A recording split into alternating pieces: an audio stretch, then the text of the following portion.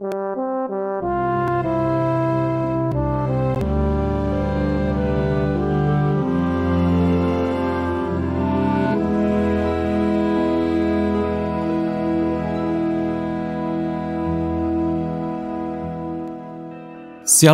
puji Tuhan, Tuhan Yesus baik dalam kehidupan kita. Karena setiap hari Tuhan memberikan kepada kita harapan-harapan yang baru, sehingga sebagai anak-anak Tuhan, di saat kita percaya pada janji-janji firman Tuhan, maka kita bukanlah orang-orang yang gampang putus asa, tetapi kita terus bergerak maju, terus bergerak di dalam Tuhan Yesus Kristus, karena kita percaya masih ada harapan, masih ada kekuatan Tuhan, masih ada pertolongan Tuhan yang tersedia dalam kehidupan kita. Puji Tuhan, haleluya. Kembali Anda mengikuti renungan malam dekat Tuhan yang akan memberkati Anda pada hari ini. Tema renungan kita saat ini adalah ada berkat untuk hidup suci. Dan renungan firman Tuhan kita saat ini sudah sampai di 2 Timotius pasalnya yang kedua. Saudaraku, sebelum kita merenungkan firman Tuhan, mari kita satukan hati dan kita berdoa. Bapa Surgawi, jamalah hati kami, buat kami mengerti akan kebenaran firman Tuhan, dan itu akan membuat kami menjadi orang-orang yang hidup lebih daripada pemenang. Dalam nama Tuhan Yesus, haleluya, amin. Renungan firman Tuhan dari 2 Timotius pasal 2 ayat 21. Jika seorang menyucikan dirinya dari hal-hal yang jahat, ia akan menjadi perabot rumah untuk maksud yang mulia. Ia dikuduskan, dipandang layak untuk dipakai tuannya, dan disediakan untuk setiap pekerjaan yang mulia. Haleluya. Kita bersyukur saudaraku, karena dulu status kita adalah orang-orang yang tidak layak di mata Tuhan, tapi oleh kemurahan Tuhan, Yesus Kristus telah mati di kayu salib untuk menanggung dosa-dosa kita. Dan Yesus telah bangkit pada hari yang ketiga untuk membuat kita mendapatkan keselamatan dengan kita percaya kepadanya.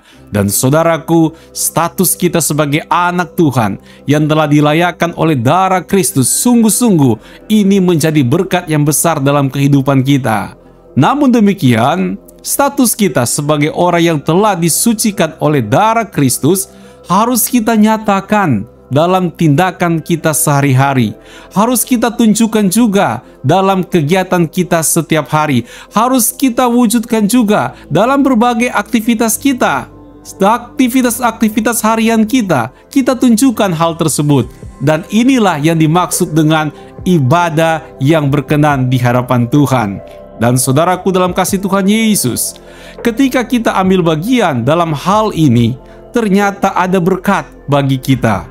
Ada bagian dari kita yang harus kita lakukan, kita putuskan untuk hidup suci, yaitu kita mau menyucikan diri kita dari hal-hal yang jahat, dan digambarkan di sini seperti perabot rumah untuk maksud yang mulia. Ada perabot rumah yang maksudnya tidak mulia sih. Contohnya, tempat alas kaki saudaraku, keset kaki. Ya itu kalau ada tempat kaki kotor ya kita bersihnya di keset kaki itu, kain lap kaki tersebut. Gak mungkin keset kaki itu, ya lap kaki itu ditaruh di atas meja makan, kan gak begitu. Memang keset kaki itu dibuat, disiapkan untuk hal-hal yang seperti itu. Tapi ada kan barang-barang yang memang ditaruh, dibuat, disiapkan untuk tempat-tempat yang istimewa, tempat-tempat yang mulia, termasuk juga perhiasan-perhiasan, perabot-perabot yang bagus dan sebagainya. Jadi saudaraku dalam kasih Tuhan Yesus, adalah pilihan dari kita sendiri. Seumpama kita seperti perabot dalam sebuah rumah, Anda ingin ditempatkan pada posisi yang mana? Ketika kita belajar untuk hidup suci di hadapan Tuhan, maka engkau pasti akan mendapatkan hal yang indah dari Tuhan. Apa saja berkat dari hidup suci? Tentu kita akan mendapatkan pekerjaan yang mulia dan spesial dari Tuhan. Kita bisa lihat 2 Timotius 2 ayat yang ke-21. Ia dikuduskan, dipandang layak untuk dipakai tuannya, dan disediakan untuk setiap pekerjaan yang mulia. Ketika kita memutuskan diri untuk hidup suci, maka kita akan menerima berkat, di mana kita akan dipercayakan Tuhan pekerjaan-pekerjaan yang mulia. Kita akan dikhususkan, dikuduskan, maksudnya dipisahkan untuk urusan-urusan yang spesial di mata Tuhan. Urusan-urusan yang lebih mulia, lebih agung, lebih indah, berkat-berkat yang lebih ajaib akan kita terima ketika Anda memutuskan untuk hidup suci di mata Tuhan. Lantas berkat apa lagi? Kalau kita belajar hidup suci di hadapan Tuhan, Anda akan kuat menghadapi masalah, tahan terhadap godaan. Lihatlah 2 Timotius 2 ayat yang ke-10. Karena itu, aku sabar menanggung semuanya itu bagi orang-orang pilihan Allah, supaya mereka juga mendapat keselamatan dalam Kristus Yesus dengan kemuliaan yang kekal. Paulus, dia menempatkan dirinya seperti perabot yang indah dalam sebuah rumah, karena dia belajar untuk hidup suci di hadapan Tuhan.